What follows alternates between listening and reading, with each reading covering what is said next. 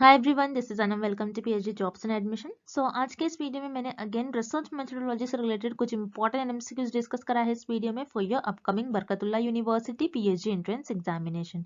सो कई स्टूडेंट्स के मुझे क्वेरीज आ रहे थे कि मैम रिसर्च मेथोडोलॉजी के हिंदी में भी क्वेश्चन करवा दीजिए। सो मैंने आज की इस वीडियो में रिसर्च मेथोडोलॉजी के English as well as Hindi में आपके साथ क्वेश्चन को डिस्कस करा है और आपको बताया कि किस तरीके से आपको क्वेश्चन को सॉल्व करना है। इसलिए आप इस वीडियो को एंड तक जरूर देख लीजिएगा।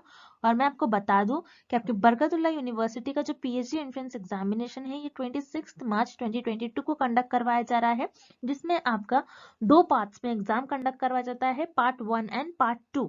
सो मैं आपको बता दूं दोनों पार्ट पर आपका 50-50 वेटेज होता है और आपको एग्जाम को क्वालिफाई करने के लिए भी मिनिमम 50% मार्क्स स्कोर करना होता है।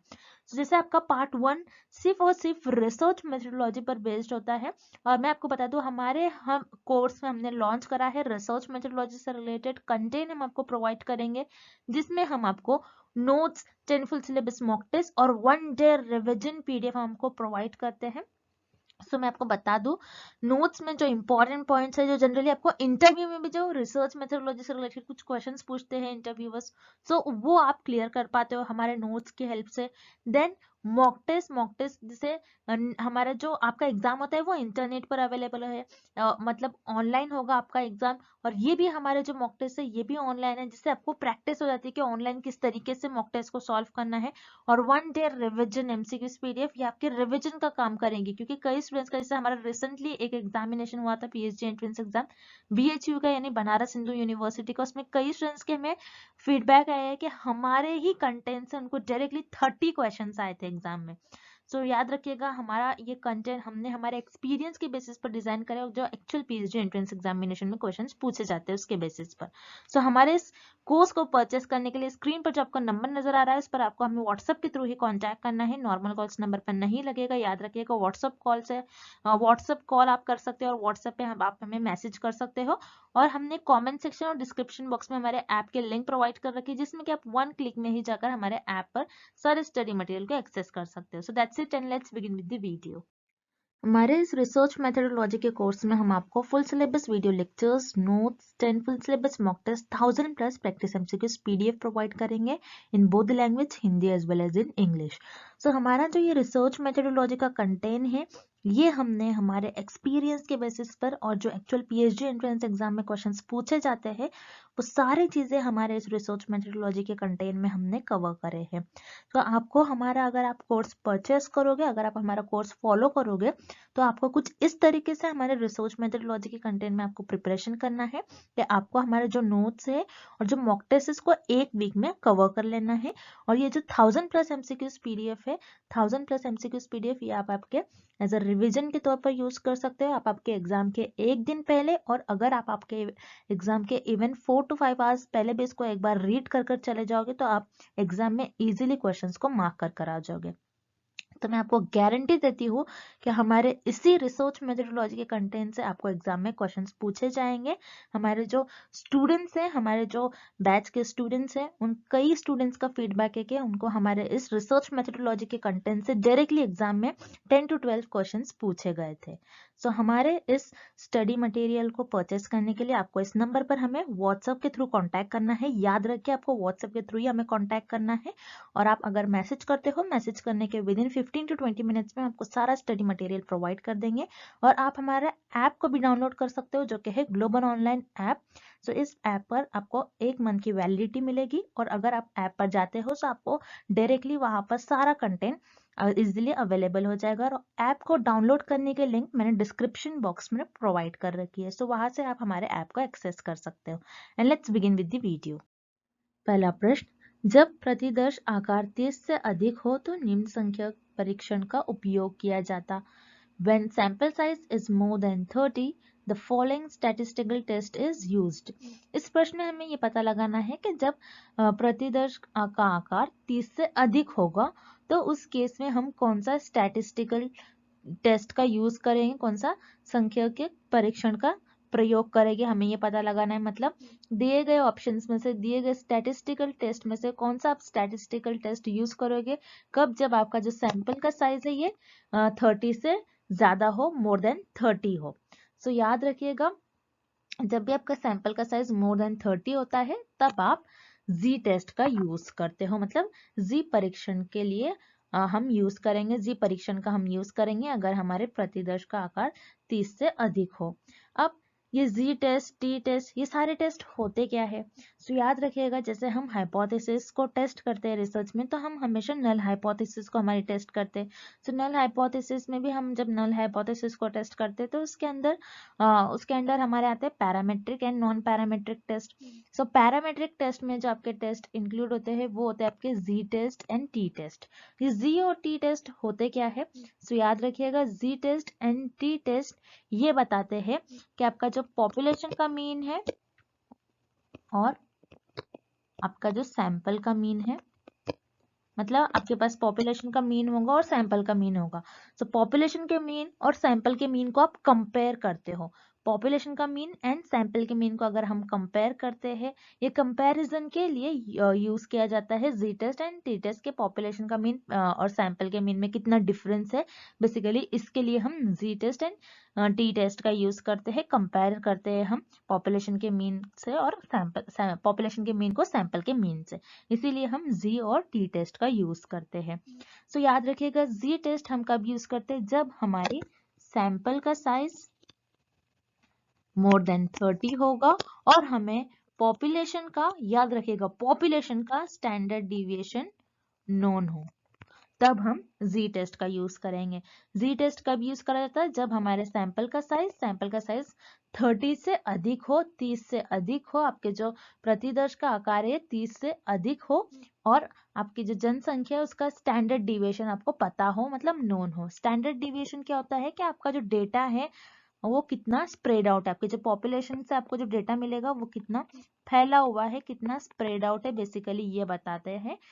ये इसे कहते हैं हम स्टैंडर्ड डिविएशन। अगर आपको पॉपुलेशन का स्टैंडर्ड डिविएशन नोन है और आपके सैंपल का साइज 30 से ज्यादा है, 30 से अधिक है, तब हम जी टेस्ट का, मतलब जी परीक्षण का यूज करेंगे और जी परीक्षण का उपयोग करेंगे।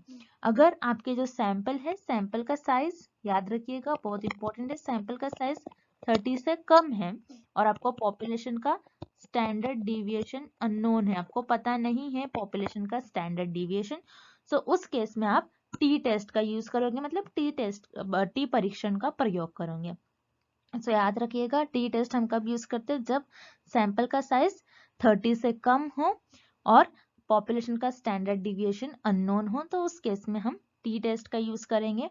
और जी टेस्ट कब यूज करते हैं? जब सैंपल का साइज 30 से ज्यादा हो, 30 से अधिक हो और हमें पॉपुलेशन का स्टैंडर्ड डिविएशन नोन हो, तो उस केस में हम जी टेस्ट का यूज करेंगे। और इस प्रश्न में हमें यही पूछा गया है कि अगर आपका जो सैंपल का साइज है, मतलब आपके प्रतिदर्श का आकार 30 से अधिक है, मतलब 30 से ज्यादा है, तो उस केस में आप कौन सा टेस्ट यूज करोगे और किस टेस्ट का, किस परीक्षण का उपयोग करोगे? आप सिर्फ और सिर्फ जी टेस्ट का। तो याद रखिएगा, इस क्वेश्चन का आपका राइट आंसर हो जाएगा जी टेस्ट।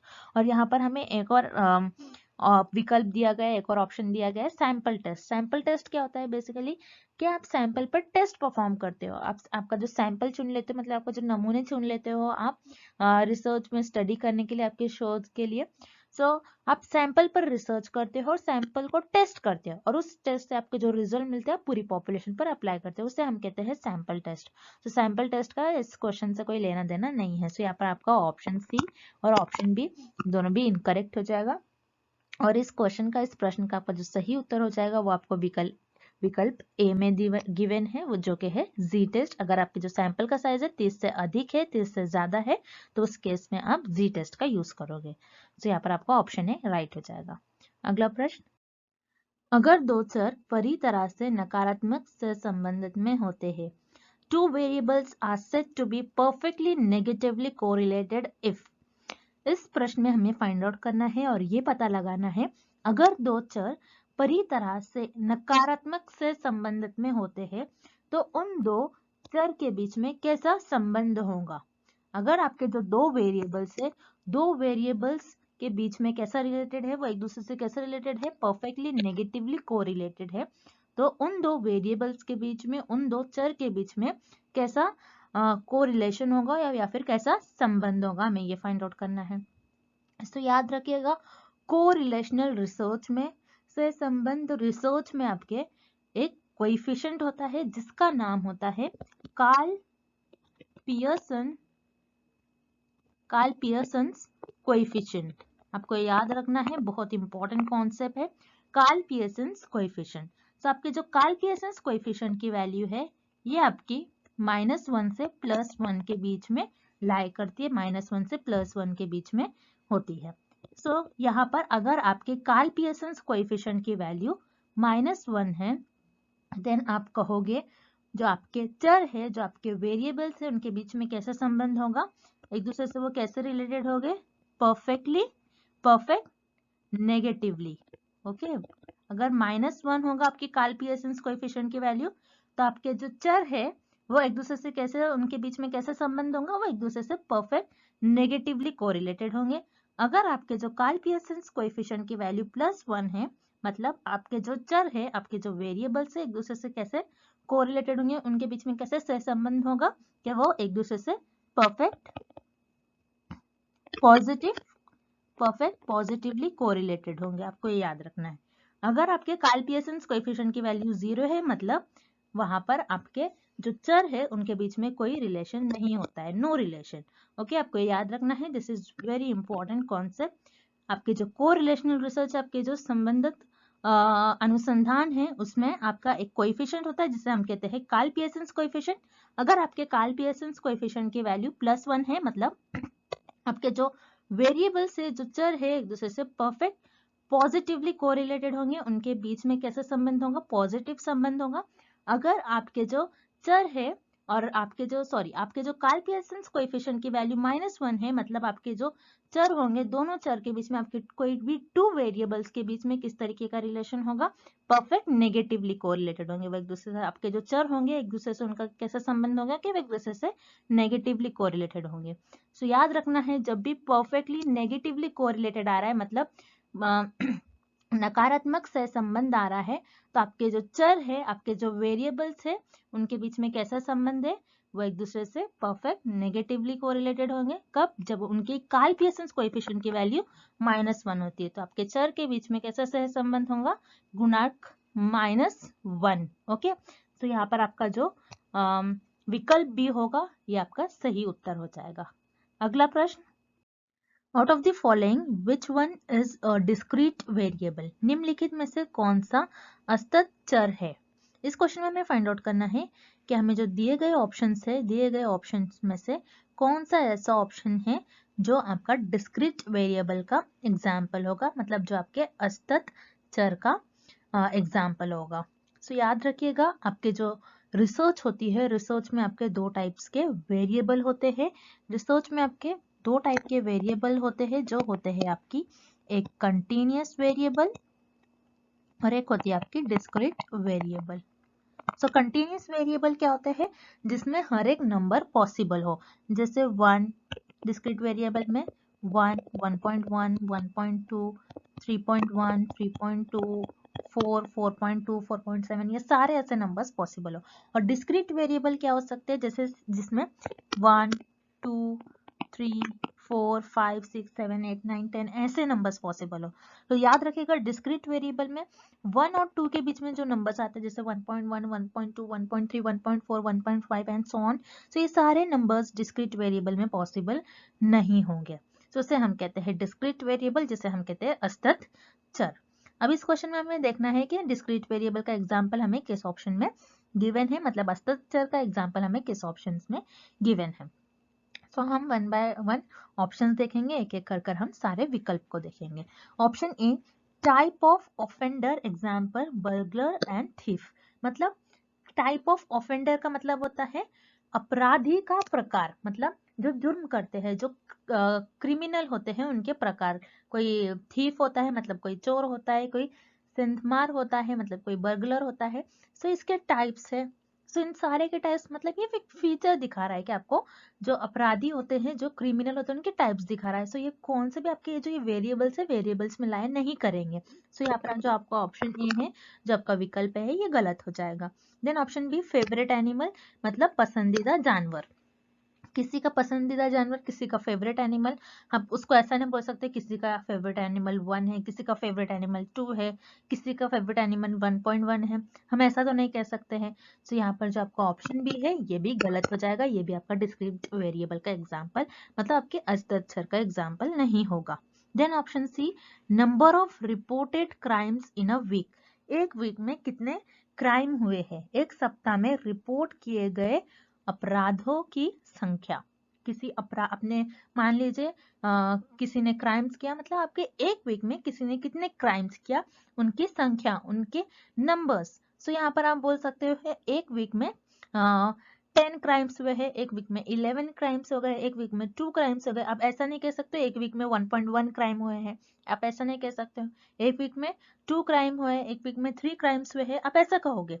सो यहाँ पर जो number of reported crimes in a week मतलब एक सप्ताह में रिपोर्ट किए गए अपराधों की संख्या, ये आपके डिस्क्रीट वेरिएबल का एग्जाम्पल होगी, मतलब असतत चर का एग्जाम्पल होगा। तो यहाँ पर जो आपका ऑप्शन सी है ये करेक्ट हो जाएगा, जो विकल्प सी है इस क्वेश्चन का सही आंसर हो जाएगा। Next, in order to measure the scatter of the values of items in the observed data, which of the following statistical method is used? निम्नलिखित सांख्यिकीय पद्धति में वस्तुओं को मूल्यों के बिखराव के मापने के लिए किसका उपयोग किया जाता है? तो इस क्वेश्चन में बेसिकली हमें बता रहा है आपने कुछ चीज़ों को मेजर किया, उससे आपको कुछ वैल्यूज मिल रही है, कुछ डेटा मिल रहा है, आपने कुछ टेस्ट परफॉर्म किया, आपने उसमें से आपने कुछ ऑब्जर्व डेटा मिला, आपने कुछ ऑब्जर्व किया, आपको कुछ डेटा मिला। सो उस डेटा के आपको स्कैटर फाइंड आउट करना है कि वो डेटा कितना फैला हुआ है। स्कैटर का मतलब होता है कितना वो डेटा जो है फैला हुआ है, कितना वो डेटा जो है बिखरा हुआ है। तो डेटा कितना बिखरा हुआ है उसको आपको मेजर करना है, उसको आपको मापना है। तो उसके लिए आप कौन सा स्टैटिस्टिकल मेथड यूज करोगे, कौन सा स्टैटिस्टिकल टूल को यूज करोगे आप। मतलब जैसे मान लीजिए आपने एक पॉपुलेशन है, उस पॉपुलेशन में से आपने कुछ लोगों को चुन लिया जो कि आपका सैंपल बन गया। सो आप मेजर कर रहे हो, मान लीजिए आप पॉपुलेशन में से ये देख रहे हो कि कितने लोगों की इनकम, यहाँ पर जो रहने वाले हैं इस पर्टिकुलर सिटी में रहने वाले लोगों की इनकम कितनी है। सो आपको मिल गया इस पर्टिकुलर सिटी में रहने वाले लोगों की इनकम हो सकता है 50 से 90,000 के बीच में है।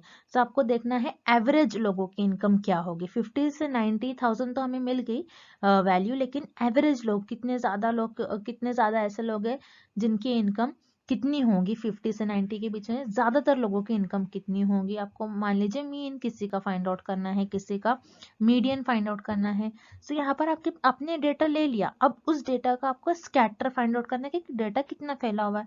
सो यहाँ पर मुझे सैंपल से कुछ इन्फॉर्मेशन मिल गई, अब उस इन्फॉर्मेशन को मैं कुछ इस तरीके से स्प्रेड आउट करूंगी। मैंने हर एक सैंपल में से हर एक पर्सन से इन्फॉर्मेशन ले ली, हर एक मेरे नमूनों में से हर एक व्यक्ति से मैंने इंफॉर्मेशन ले ली, और उस इंफॉर्मेशन को मुझे जो भी डेटा मिला उस डेटा को मैंने कुछ इस तरीके से प्लॉट कर दिया।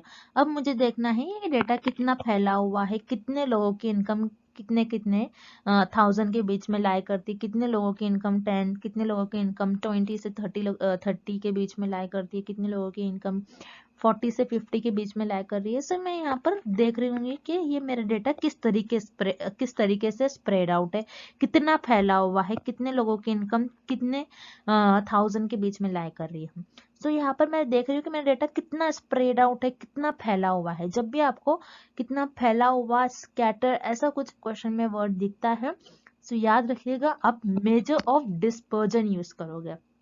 मेजर ऑफ डिस्पर्जन क्या होता है, जिसमें आप कैलकुलेट करते हो standard deviation, variance. Standard deviation बताते हैं कि आपका डेटा मीन से कितना दूर है।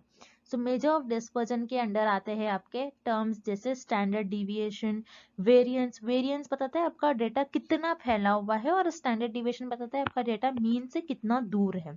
सो इसे हम कहते हैं major of dispersion. So major of dispersion बताता है आपका डेटा कितना डिस्पर्ज है, कितना स्कैटर है, मतलब कितना बिखरा हुआ है। सो इसलिए इस क्वेश्चन का आपका राइट आंसर हो जाएगा option C, measure of dispersion. Next, what is the difference between the mean of a researcher's sample and the mean of the population of the sample known as? एक शोधकर्ता के नमूने और जनसंख्या के मध्य के बीच अंतर को क्या कहते हैं? मतलब यहाँ पर इस क्वेश्चन में हमें एक डेफिनेशन दी गई है, हमें फाइंड आउट करनी है कि ये डेफिनेशन किस ऑप्शन की डेफिनेशन होगी। अब इस डेफिनेशन में हमें ये बताया गया है कि आपके जो पॉपुलेशन है, मतलब आपकी जो जनसंख्या है, जनसंख्या और आपके जो सैंपल मतलब रिसर्चर्स के सैंपल, मतलब आपके जो सैंपल से आपको इंफॉर्मेशन मिल रही है उसका मीन, पॉपुलेशन का मीन और सैंपल का मीन से आपको जो इंफॉर्मेशन मिल रही है उनका डिफरेंस, उनका डिफरेंस क्या होगा, उनका अंतर को हम क्या कहेंगे। मतलब यहाँ पर पॉपुलेशन का आपका मीन, पॉपुलेशन का मीन माइनस सैंपल का मीन, इस डिफरेंस को हम क्या कहेंगे। सो यहाँ पर आप क्या कर रहे हो, पॉपुलेशन का मीन मतलब पॉपुलेशन का जो भी मीन होगा वो आप लिखोगे, और सैंपल का मीन, सैंपल जिस पर हम रिसर्च परफॉर्म करते हैं, जिस पर हम शोध परफॉर्म करते हैं। तो शोधकर्ता का जो सैंपल होता है और सैंपल से हमको जो इंफॉर्मेशन मिलती है उसका डिफरेंस, अगर आप इन दोनों का डिफरेंस लोगे तो इस डेफिनेशन को हम कहते हैं sampling error, sample error, sampling error और सैंपल एरर। तो ये जो डेफिनेशन आपको दी गई है, तो ये डेफिनेशन आपकी होगी सैंपल एरर की, जिसे हम कहते हैं नमूनाकरण त्रुटि। तो यहाँ पर आप जो आपका ऑप्शन ए है ये सही हो जाएगा। तो ये डेफिनेशन जो आपको गिवन है ये सैंपल एरर की गिवन है। अब जो रिमेनिंग ऑप्शन है उसे भी हम एक बारी देख लेते हैं। सो कॉन्फिडेंस इंटरवल, जिसे हम कहते हैं विश्वास अंतराल।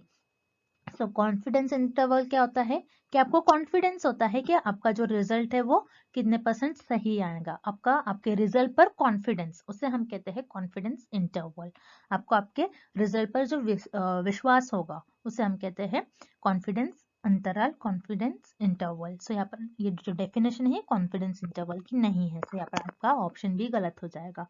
Then option C standard deviation, जिसे हम कहते हैं मानक विचलन। सो स्टैंडर्ड डिविएशन क्या होता है, स्टैंडर्ड डिविएशन बताते हैं कि आपका डेटा किस तरीके से स्प्रेड आउट है, आपका डेटा कितना स्प्रेड है, ये बताता है आपका स्टैंडर्ड डिविएशन। सो यहाँ पर आपका स्टैंडर्ड डिविएशन की भी हमें डेफिनेशन नहीं गिवन है, सो यहाँ पर आपका ऑप्शन सी भी गलत हो जाएगा। Then option D confidence significance level, जिसे हम कहते हैं सार्थकता स्तर। तो सिग्निफिकेंस लेवल क्या होता है कि आप जैसे मान लेते हो रिसर्च में आपके 1% और 5% सिग्निफिकेंस लेवल आप सेट करते हो।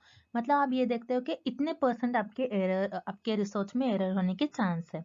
अगर आपके इससे कम एरर आता है आपके रिजल्ट में, तो आप कहोगे कि आपके जो रिजल्ट है वो सही है, मतलब आपके जो रिजल्ट है वो बाय चांस नहीं आ रहे, जो एक्चुअल में जो रियलिटी में रिजल्ट आना है वही आ रहा है। सो उससे हम कहते हैं सिग्निफिकेंस लेवल। सो ये सिग्निफिकेंस लेवल की भी हमें डेफिनेशन नहीं गिवन है, सो यहाँ पर आप भी आपका ऑप्शन डी गलत हो जाएगा। सो इस क्वेश्चन का सही ऑप्शन हो जाएगा ऑप्शन ए सैंपल एरर, जिसे हम कहते हैं नमूनाकरण त्रुटि। नेक्स्ट, शोध परिकल्पना के परीक्षण के संदर्भ में निम्नलिखित में से कौन सा सत्य है? Which of the following is true in the context of testing research hypothesis? इस प्रश्न में हमें पता लगाना है और इस क्वेश्चन में हमें ये फाइंड आउट करना है कि अगर आप आपके रिसर्च में हाइपोथेसिस को टेस्ट कर रहे हो, तो आप हाइपोथेसिस को जो हम जनरली अपने रिसर्च में टेस्ट करते हैं, सो हाइपोथेसिस को टेस्ट करने के लिए कौन सा स्टेटमेंट हमें दिए गए स्टेटमेंट में से कौन सा स्टेटमेंट करेक्ट है। मतलब बेसिकली हम रिसर्च में हाइपोथेसिस को टेस्ट करते हैं। सो ये इस क्वेश्चन में हमें पूछ रहा है कि हम कौन सी हाइपोथेसिस को टेस्ट करते हैं, क्या हम नल अल्टरनेटिव हाइपोथेसिस को टेस्ट करते हैं, नल हाइपोथेसिस को टेस्ट करते हैं, या फिर नल अल्टरनेटिव, ये दोनों भी हाइपोथेसिस को टेस्ट करते हैं, या फिर ये दोनों हाइपोथेसिस को टेस्ट नहीं करते। सो इस प्रश्न में हमें ये पूछ रहा है कि जब हम हमारी शोध में परिकल्पना का परीक्षण करते हैं, सो परिकल्पना का किस परिकल्पना को हम टेस्ट करते हैं, क्या हम वैकल्पिक परिकल्पना का टेस्ट करते हैं, या फिर शून्य परिकल्पना का टेस्ट करते हैं, या फिर दोनों वैकल्पिक और शून्य दोनों परिकल्पना का टेस्ट करते हैं, या फिर दोनों ही परिकल्पना का टेस्ट नहीं करते, शून्य और ना ही वैकल्पिक परिकल्पना का।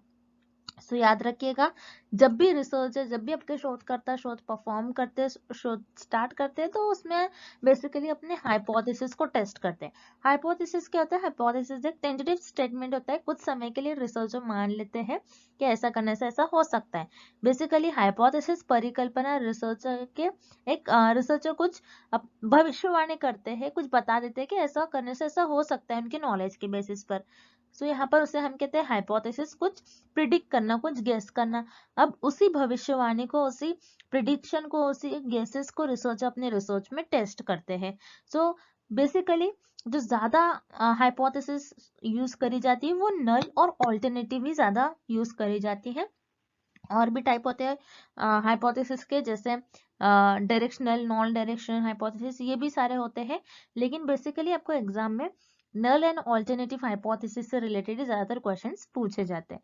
जैसे कि हाइपोथेसिस में नल और अल्टरनेटिव हाइपोथेसिस मेनली इसके टाइप होते हैं, जिसमें रिसर्च में जो रिसर्चर होते हैं, जो शोधकर्ता होते हैं, वो अपनी रिसर्च में सिर्फ और सिर्फ नल हाइपोथेसिस को टेस्ट करते हैं, मतलब अपने शून्य परिकल्पना का परीक्षण करते हैं।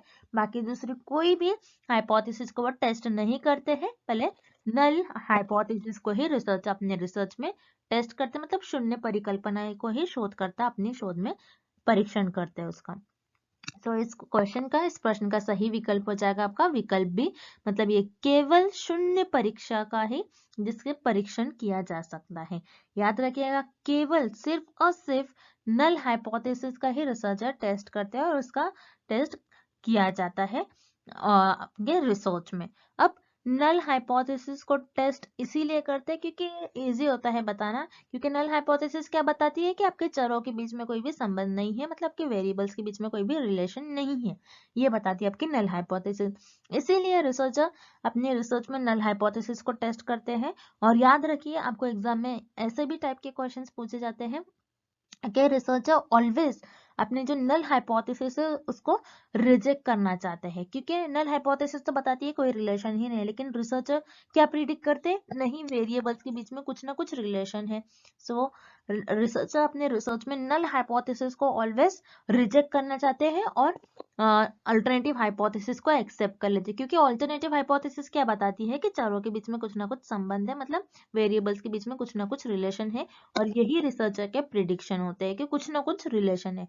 और नल हाइपोथेसिस बताती है कि चारों के बीच में कोई रिलेशन नहीं है, इसलिए रिसर्चर नल हाइपोथेसिस को ऑलवेज अपनी रिसर्च में रिजेक्ट करना चाहते हैं और ऑलवेज नल हाइपोथेसिस को ही रिसर्चर टेस्ट करते हैं। सो इस प्रश्न का आपका सही उत्तर हो जाएगा, सही विकल्प हो जाएगा विकल्प B, it is only the null hypothesis that can be tested. ये केवल शून्य परिकल्पना है जिसका परीक्षण किया जा सकता है। And thank you for watching this video, see you tomorrow.